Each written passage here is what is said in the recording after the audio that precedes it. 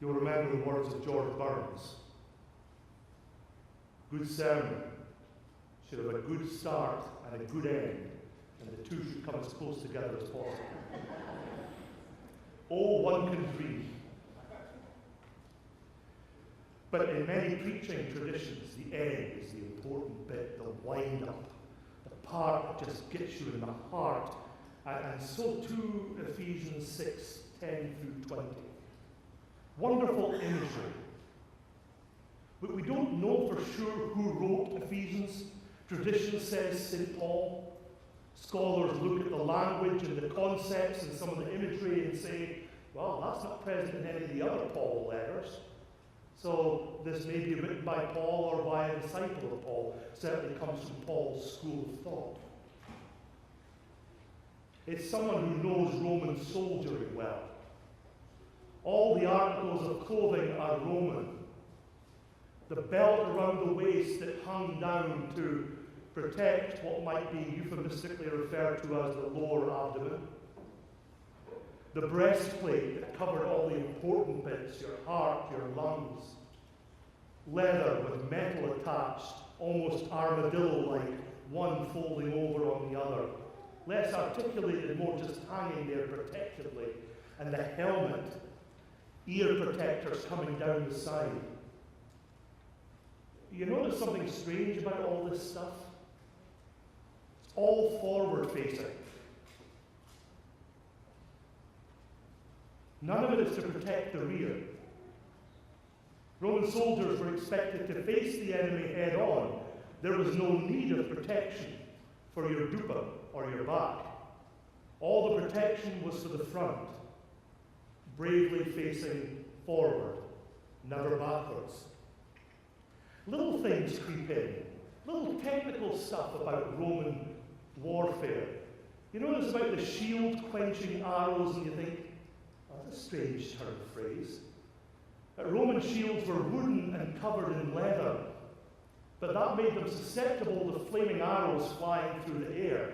Get a few flaming arrows hitting your shield, next thing the thing goes on fire, you've got to drop it, it burns to a cinder, you're not protected. But the Romans, before battle, would always have huge buckets of water in which to dip their shields so they were soaking wet, so that when an arrow came through the air, it would hit the shield and just go. For those at home, that was the noise of an arrow being extinguished in water. Another thing about Romans, the phalanx.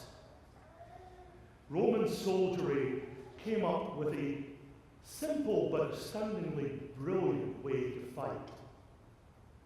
Shoulder to shoulder when necessary. And as long as you stayed shoulder to shoulder, the line would hold. As people broke and ran, you were in trouble. Stick together, you'd win. And then you would do this incredible thing where they'd form a square. And not like the British Army formed a square with two rows, one row always firing. That came later, when someone decided the best way to fight was by wearing a bright red uniform. The Romans would form a square, and then people in front would put their shields outwards, and people inside would put their shields over their heads, and you were almost invincible as long as you all stuck together. Half the square disappeared, you were all in trouble, but if the square held together, if the phalanx held, you were protected on all sides. You notice something else in this text? The writer, Paul or whomever, pulls no punches.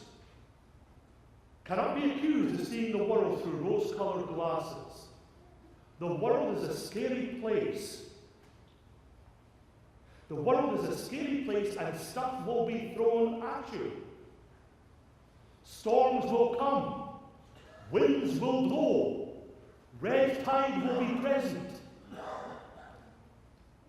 Be prepared. There's nothing in here to suggest that we wish it away or pretend things are other than they are. Yes, this is deeply militaristic. but it's also companionship, collegiality, sticking together, safety in numbers, community.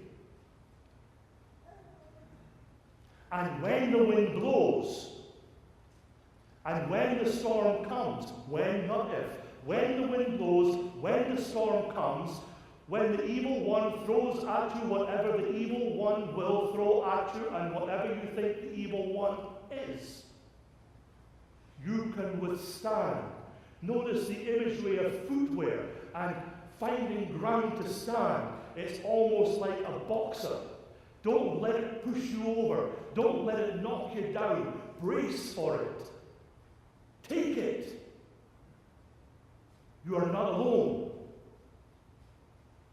You are armed and ready to go. But notice what the armament is. Don't get lost in spears and swords, shields and breastplates. At the start of the letter to the Ephesians, the writer talks in cosmic terms about the salvation that God wrought in the world. There is a cosmic picture, or as the writer says, a plan for the fullness of time to gather up all things in him, things in heaven and things on earth. So what the end of the letter, the peroration of the letter is speaking about is this. You're going to have to struggle and withstand and do battle with evil and corruption. But you're not going to be unarmed. There is no sense here of lambs being led to the slaughter. No, the powers that God employs to reconcile all of the cosmos to him are the same powers that you have. You believers, you children of God, you bearers of the name of Christ, you have the same powers to stand firm against evil and death and corruption. And the powers are those things associated with the armament, with the shield of faith, shoes on your feet, ready to proclaim the gospel, a belt around your waist, but it's a belt of truth in a world of falsehoods. It's prayer and supplication, swords of righteousness.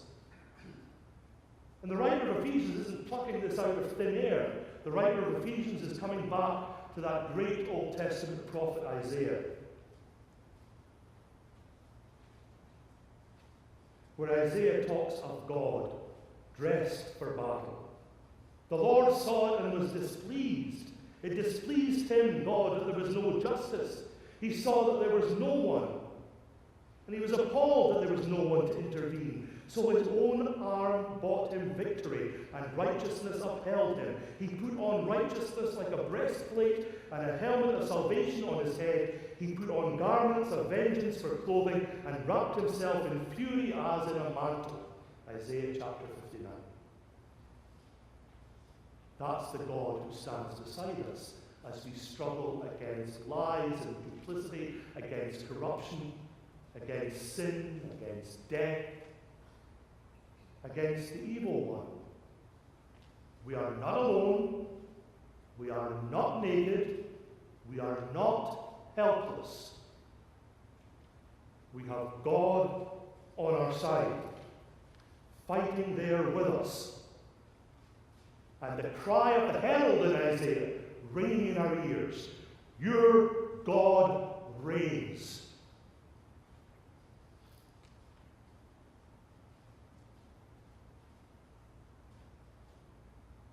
Keep that in mind and heart.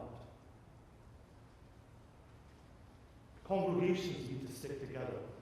I don't mean just say yes to everything. I don't mean just willy-nilly smile like everything's okay. I mean, congregations have to learn how to agree with each other and disagree with each other.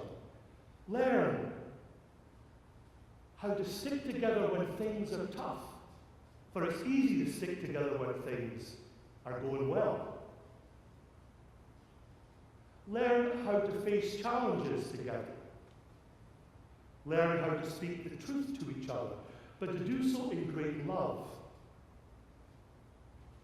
Learn how to correct each other. Gently point each other in the right direction. Together, create safe places where authenticity reigns and all voices can be heard. And learn how to forgive each other when we push each other's buttons or say the wrong thing in the wrong way at the wrong time to the wrong person. And how easy all of that is to do. And how difficult it is to forgive and stand firm. But have in your mind the image of that Roman phalanx sticking together through it all, shoulder to shoulder. But when I speak to people who have served in battle, fought, struggled, bled, buried friends, they all say to me the same thing, broadly. I enlisted for the country.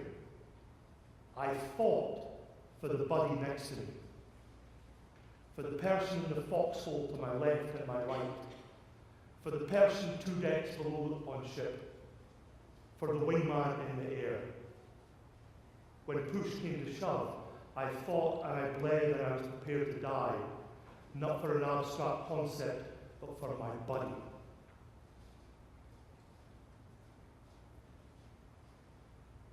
It's tough to be honest in the world. When we hear someone fibbing, it's tough to step in and say, you're wrong.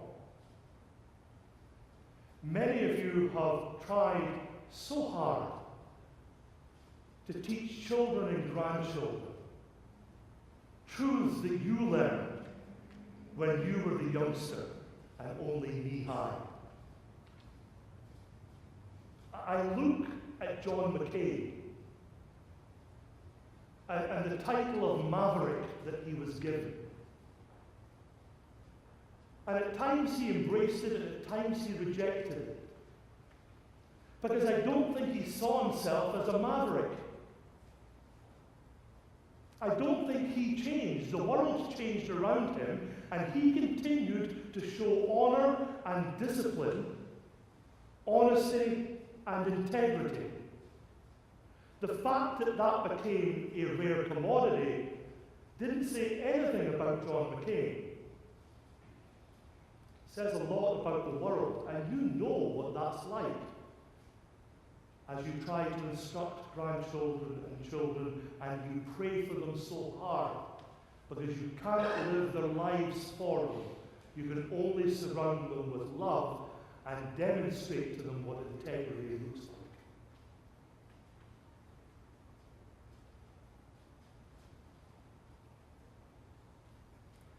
But it sometimes requires strength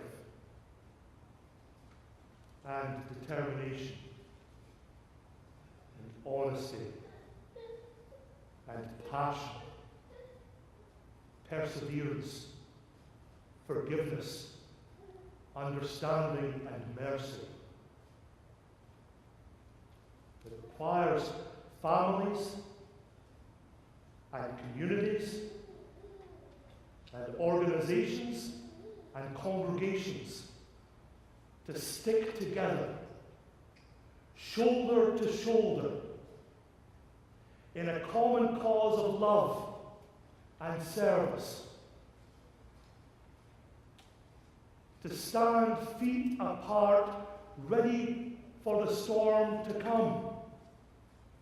And to withstand it knowing that you are not alone. Your sister is to your right and your brother to your left. And your God is with you. Your God reigns and has not abandoned you. Your God reigns and has armed you. Your God reigns and has taught you. And ultimately your God reigns and has died for you. Out of love and grace in Christ Jesus. Amen.